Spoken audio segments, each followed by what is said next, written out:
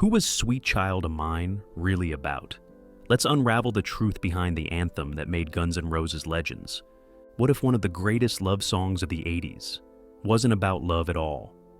Sweet Child of Mine launched Guns N' Roses into rock history, a tender ballad wrapped in chaos. But was it really written for Axl Rose's fiancée, Erin Everly? Or was it something darker, a cry for control, a love already slipping away? Behind the iconic riff lies a story of obsession, heartbreak, and a song that became more haunting than sweet. Before Sweet Child of Mine topped the charts, before the screaming crowds and the magazine covers, there was just a boy and a girl. Axl Rose was a wild force of nature, driven, unpredictable, and hungry for something bigger than the small-town world he came from.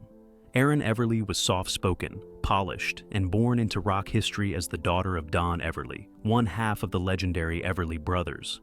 Their worlds couldn't have been more different, but when they met in the mid-1980s, sparks flew. They collided in a whirlwind of passion. Erin, barely in her 20s, fell for Axl's intensity. And Axl was obsessed. He wasn't just in love, he was consumed. Friends who saw them together described a relationship that burned too hot to last. There were grand romantic gestures and sudden disappearances, breakups and makeups, screaming matches behind closed doors, followed by tender apologies no one else was allowed to hear. But behind the infatuation was something darker. Erin would later reveal that Axl was deeply controlling. He would allegedly rage when things didn't go his way. One night, when she tried to leave, he reportedly threatened to take his own life unless she came back. She did. Despite it all, she stayed. And in that chaos, Sweet Child of Mine was born. But even then, cracks were forming. Erin's friends were worried. Axl's bandmates were worried. He was erratic, even violent. But she saw something in him. Maybe the same vulnerability that the song later captured.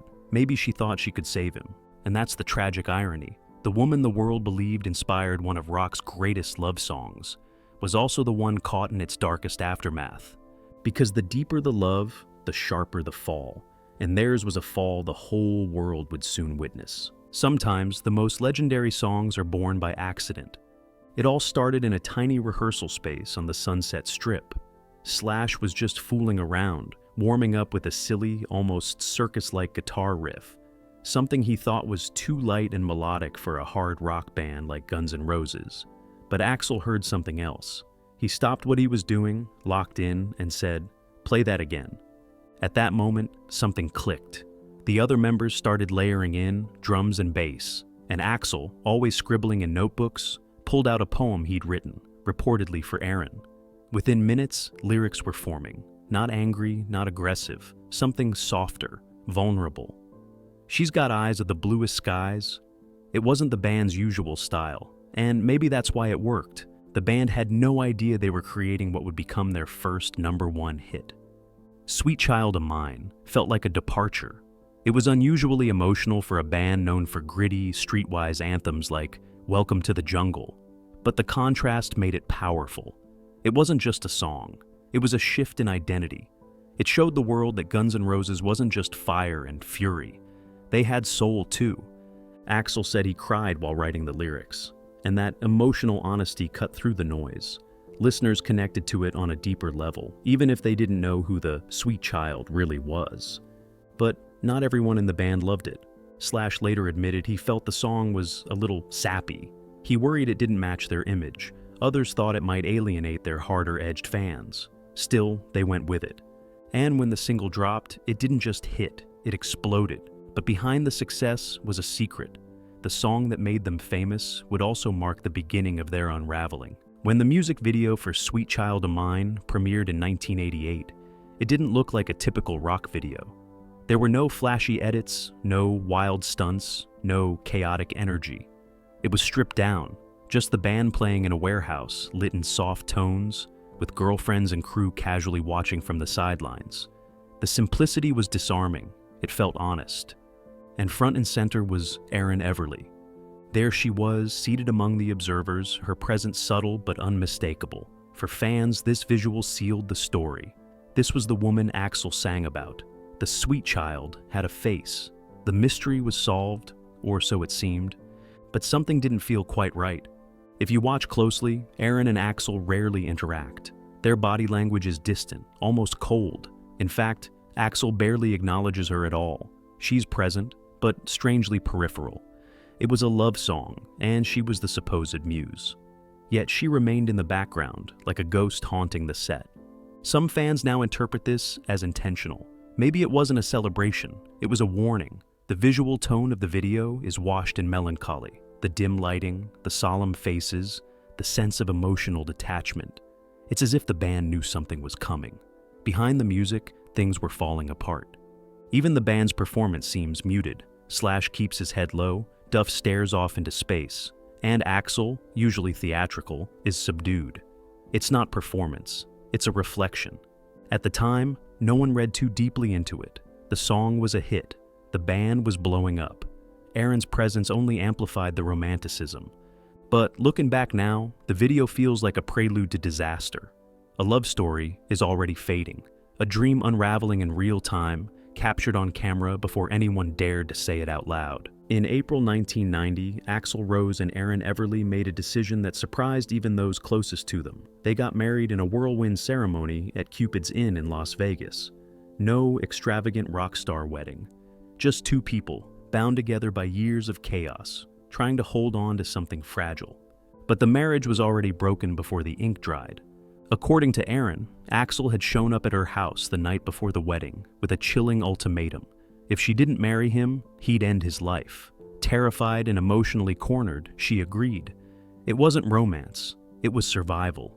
And that desperate beginning would echo through the short, stormy months that followed. The marriage lasted less than a year.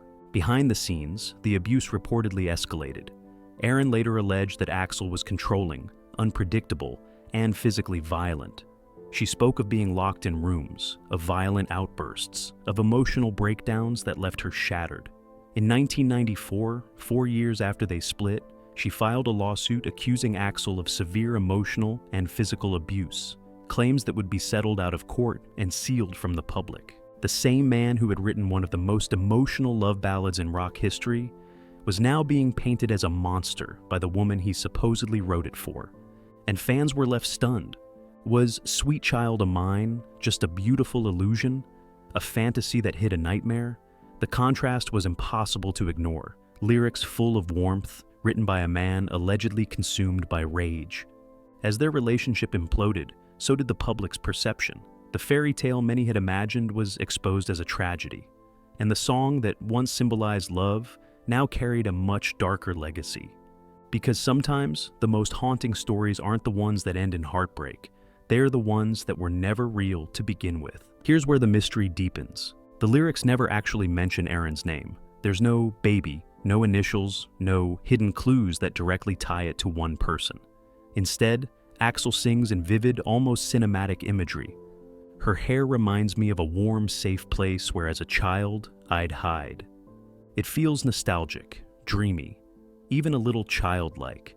That one line has sparked endless debates among fans, music historians, and even psychologists. What if Sweet Child O' Mine wasn't just about a romantic partner? What if it was never really about Erin at all? A growing theory suggests that Axl may have written it as a subconscious reflection on his own shattered childhood. His early years were filled with emotional chaos. Raised in Lafayette, Indiana, Axl endured a strict, deeply religious, and allegedly abusive household. His stepfather was controlling. His biological father abandoned him. And from a young age, Axl carried a weight that never quite lifted. Could Sweet Child O' Mine actually be a message to that wounded child inside him? A moment of comfort whispered back through time, where the warm, safe place wasn't a woman's embrace, but rather a fading memory of innocence before everything broke.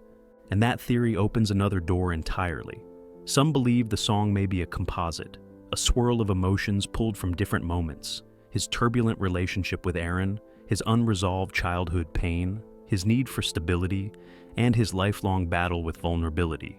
In this view, Sweet Child O' Mine becomes less a dedication and more a confessional, written not for any one person, but as a way for Axl to anchor himself in something tender amid the storm that was always swirling around him. Even Slash, the man responsible for the song's legendary opening riff, has never leaned into the romantic interpretation. To him, It was just another track they jammed out, one that accidentally evolved into the anthem that would change everything for Guns N' Roses. But maybe that's part of the magic, the ambiguity, not knowing. Because sometimes the most powerful songs aren't tied to one person. They're tied to everyone who's ever longed for something safe in a world that often isn't. After Erin left, Axl didn't just lose a wife. He lost control. His behavior spiraled. He clashed violently with his bandmates, especially Slash, whose guitar had once mirrored Axl's every emotion. Rehearsals became battlegrounds. Tours were riddled with cancellations and explosive outbursts. Fans were left waiting for hours, sometimes for a show that never came. Lawsuits piled up. So did headlines. Behind the glam and the leather was a man unraveling in public. By the mid-90s, Guns N' Roses was no longer a band. It was Axl's ghost ship, floating on the fading echo of their past glory. He was the last original member standing, surrounded by session musicians and shadows. But one thing remained: Sweet Child O' Mine. He kept singing it, show after show, year after year, but it never sounded the same. Sometimes he screamed it like a man trying to fight off memories that burned. Sometimes he crooned it with a painful softness, like he was trying to summon something that had died. And other times, it came out flat, mechanical, as if the words meant nothing anymore, as if the very song that once lifted him now weighed him down. And fans noticed. The innocence was gone. What was once a love letter had become a scar. Axl couldn't escape it. The song followed him everywhere, on tour, on TV, in every interview.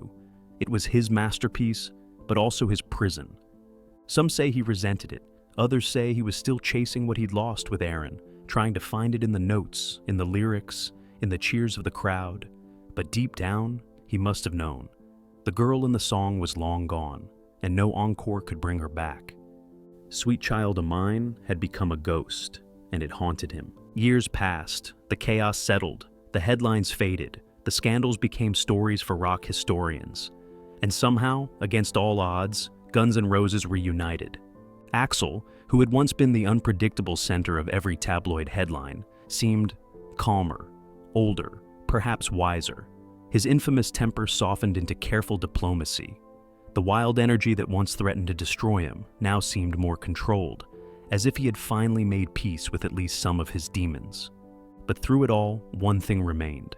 Axl rarely, if ever, spoke publicly about Erin again. For her part, Erin Everly moved on too.